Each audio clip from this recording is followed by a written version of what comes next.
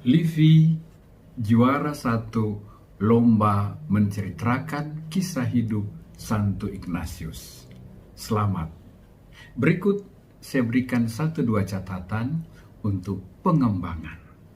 Pertama, Livi memiliki keunggulan dalam suara.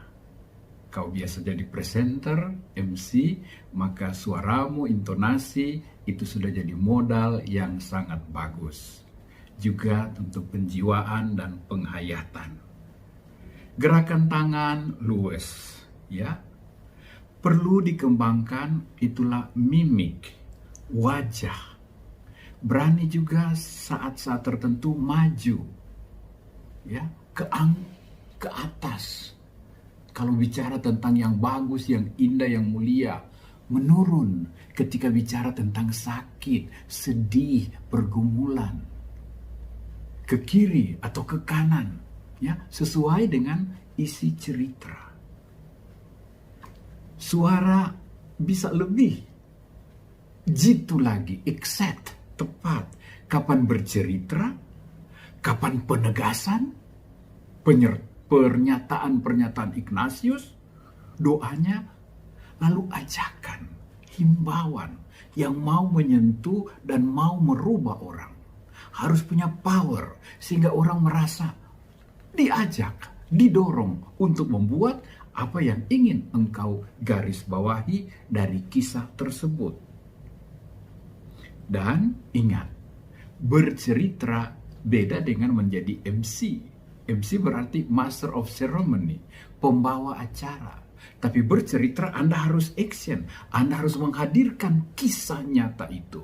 Orang yang mendengarmu seolah melihat, mengalami apa yang terjadi. Ya. Untuk hal-hal lain mungkin lebih akan dicapai dengan berlatih, dan berlatih. Selamat Profisiat untuk Livi.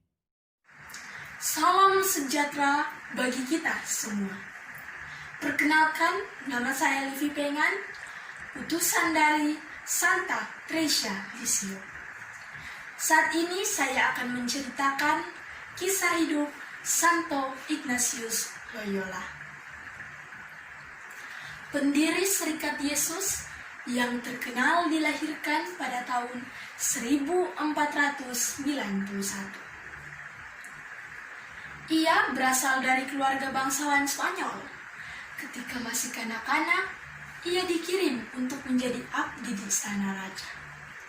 Di kemudian hari, ia mendapat penghargaan karena kegagahannya dalam pertempuran di Pamplona. Tetapi luka karena peluru meriam di tubuhnya membuat Ignatius terbaring tak berdaya selama berbulan-bulan di benteng Loyola. Ia meminta buku-buku bacaan untuk menghilangkan rasa bosannya.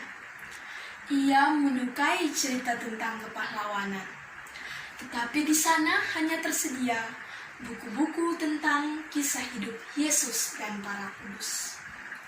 Karena tidak ada pilihan lain, Ignatius membaca juga buku-buku itu secara perlahan-lahan. Dan buku-buku itu mulai menarik hatinya. Hidupnya mulai berubah. Ia berkata kepada dirinya sendiri, mereka adalah orang-orang yang sama seperti aku. Jadi mengapa aku tidak bisa melakukan seperti apa yang mereka lakukan? Ignatius mengikuti kehidupan para kudus, silih dan perbuatan-perbuatan baik. Teman-teman tahu, Santo Ignatius harus menerima banyak pencobaan dan penghinaan sebelum ia memulai karirnya dan membentuk Serikat Yesus. Ia harus bersekolah dan belajar tata bahasa Latin.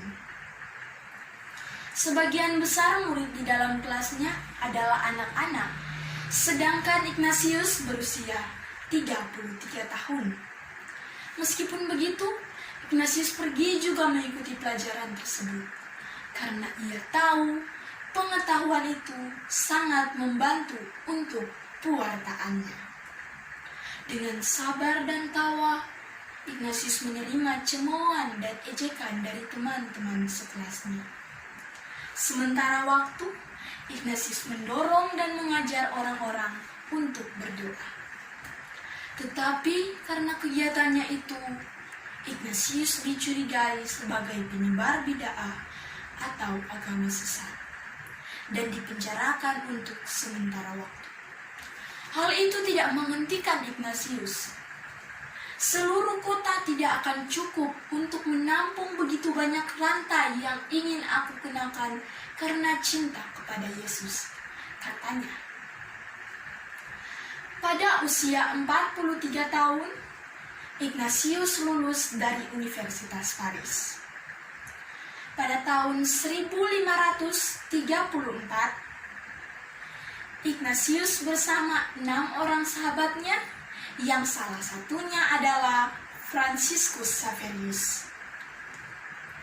Ia mengucapkan kaul rohani. Ia bersama teman-temannya yang pada waktu itu masih belum menjadi imam, dan ditabiskan pada tahun 1539. Pada tahun 1540, Serikat Yesus secara resmi diakui oleh Paus. Santo Ignatius wafat di rumahnya pada tanggal 31 Juli tahun 1556. Ia dikuduskan pada tahun 1602 oleh Paus Gregorius XV. Teman-teman yang saya cintai, saya mau mengajak kalian semua untuk meneladani Santo Ignatius Loyola. Meskipun ia ditertawai atau diejek, tetapi karena cinta kepada Yesus, ia tidak putus asa. Sesuai dengan motonya, Ad Maiorem Dei Gloriam, yang artinya demi kemuliaan Allah yang paling besar. Sekian dan